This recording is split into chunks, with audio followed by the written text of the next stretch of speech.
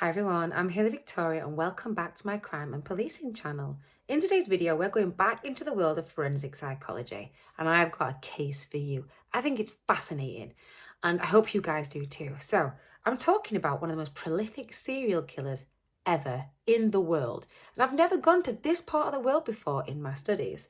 So normally I'm looking at UK based or maybe sometimes US based serial killers. They're the ones that everyone asks me about. They're the ones that are more kind of culturally known. This person is very well known in some parts of the world, and as I mentioned, 300 or more victims attributed to this person. Now, the crazy thing about this is he's still out there. He's still out there and could be active right now.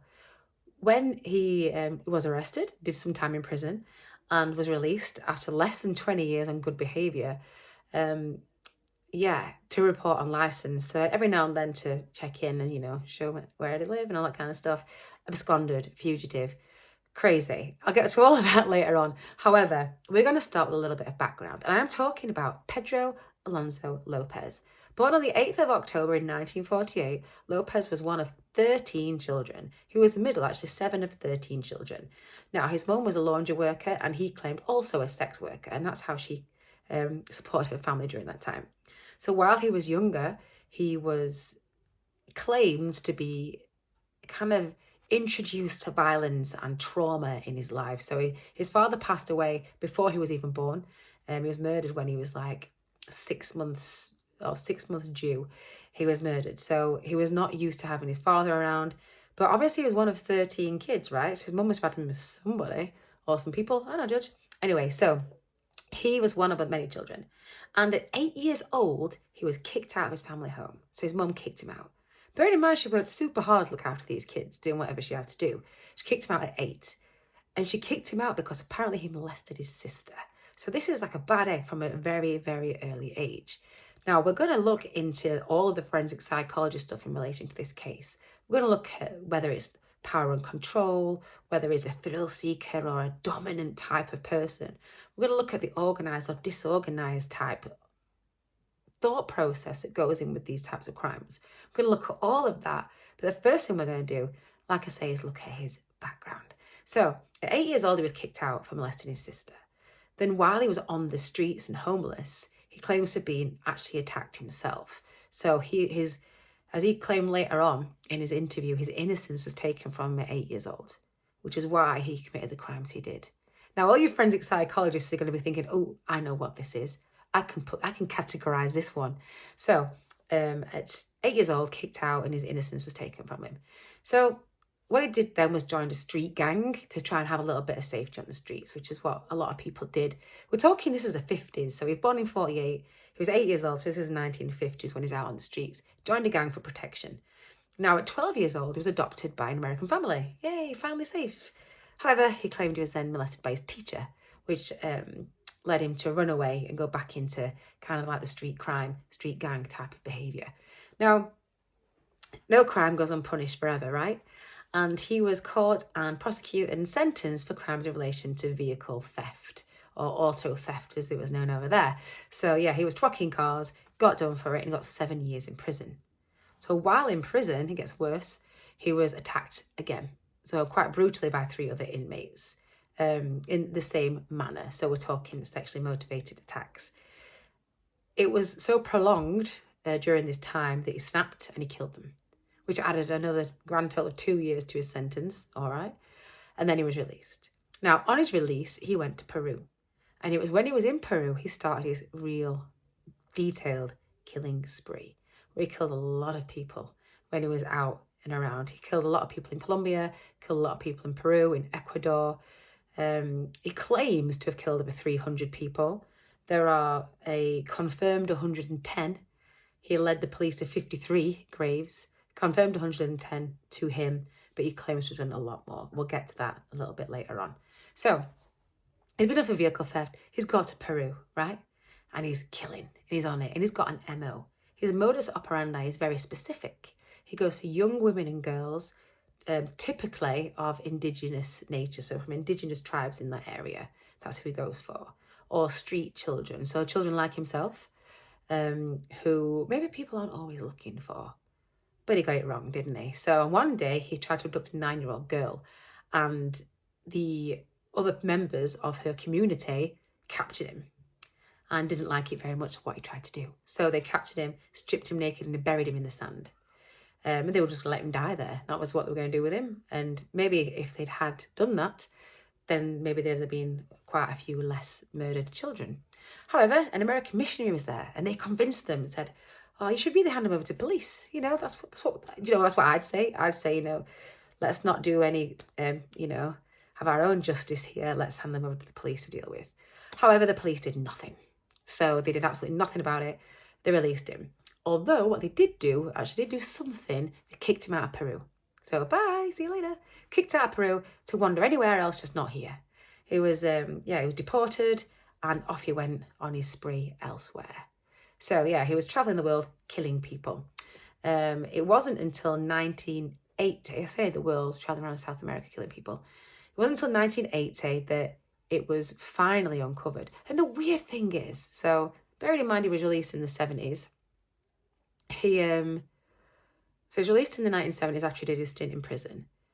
He was in Peru, murdered loads of people, tried to capture a child, got deported, and then everywhere he went after that, they noticed a lot of young women disappearing, young girls, women disappearing, and they just put it down to human trafficking. They were like, "Oh yeah, human trafficking, yeah, another one, another one." Quite a lot, isn't there? And they noticed there's quite an unusual amount of people being humanly trafficked, but they didn't think, could these be linked? Could it be something else? That didn't come up until 1980. And it was in 1980 when there was some flash flooding. And all the kind of like shallow graves washed out. And all these young people's bodies were being uncovered. Oh dear. Now, while you've definitely got a body, you've definitely got a crime, right?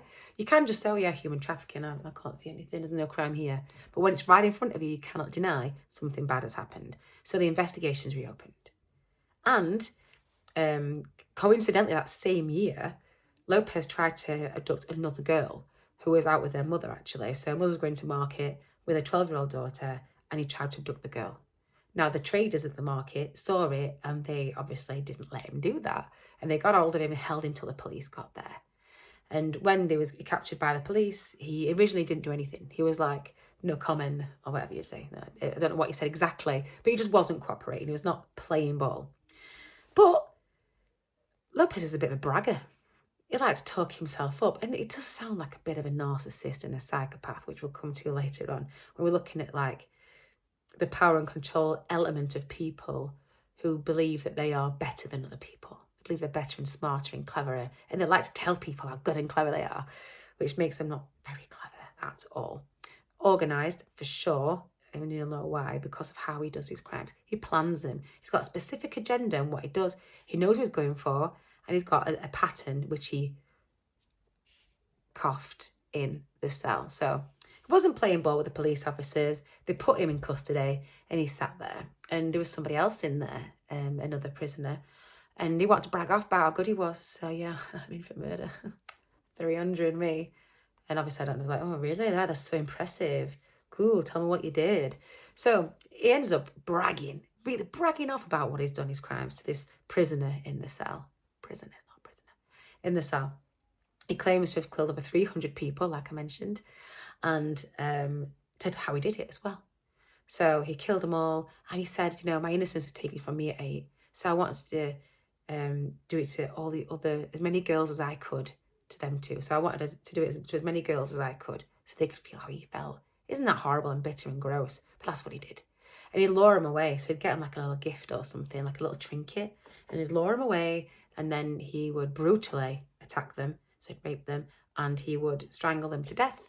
And then he would put them somewhere. So bury them in a shallow grave. Sometimes he claimed to have even dug them up and had tea parties with them. Whether or not that's just some disgusting bravado, I don't know. But that's what he said he did anyway. So he told all this to this prisoner who turned out to be the police captain. But yeah, wrong move there, buddy. So he confessed a lot, absolutely all of it. And although he claimed 300, they could only actually positively find or confirm 110, which is still a lot of people, can I add? Still a lot of people. So yeah, he was sentenced to 16 years in prison. What? 16 years? That was the longest sentence at the time where he was in the world. What I can tell you is if he was sentenced now, specifically, definitely in the UK, he'll be getting a whole life order. He's going nowhere. Get a whole life sentence, no parole, nothing. You're in forever, like Shipman got.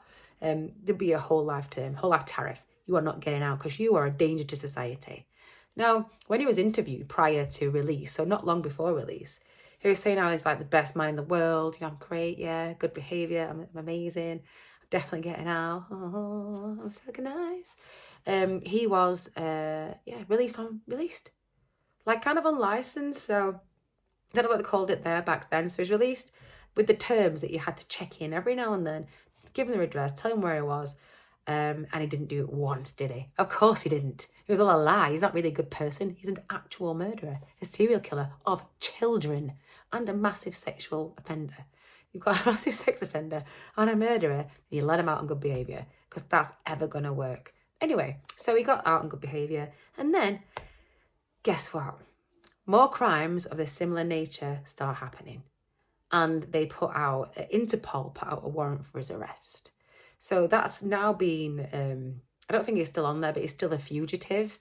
And he's still out there, absconded, that's it. He did check in for an ID card sometime in the 2010s, it was 2012 or something. That's the last that anyone's ever heard of this person. So he could still be out there. I hope you're not watching this, and I hope you don't target me. But yeah, Pedro Lopez, also known as the Monster of the Andes, still out there. And yeah, that is his MO. Let's now talk about the psychology behind it then. So we know we've got organised and disorganised killers. Now, your organised are very specific, aren't they? They know what they're doing. They have a plan. Sometimes, a lot of the time, they've got a history of abuse as well. Here we go. You're getting I can see a forensic psychologist ticking these off as we go. So we've got a history of abuse. He's had the violence towards him. He's very calculated. He's got a strict MO. He knows where he's putting people. He's got a pattern that worked for him. Now, the thing that happens with all of these people, organised or disorganised, is they get sloppy. They get complacent and they get sloppy. And that's when cracks start to show. That's when you start getting caught. And that's what happened, obviously, twice. Once he was caught and released. Once he was caught and he was not released. And you start getting sloppy.